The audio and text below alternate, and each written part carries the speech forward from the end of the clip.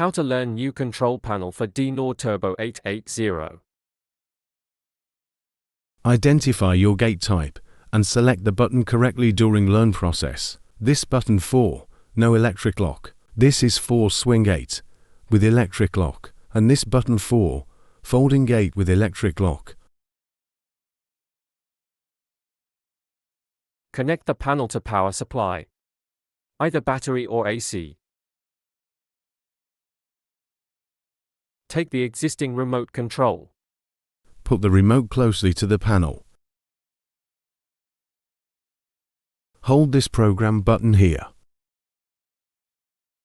Press the blue button on remote until the LED light blinking.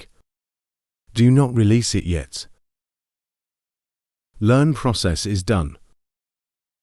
Press any buttons on remote control to test the panel function. If these LED here lights up accordingly to the remote control, means it is successful.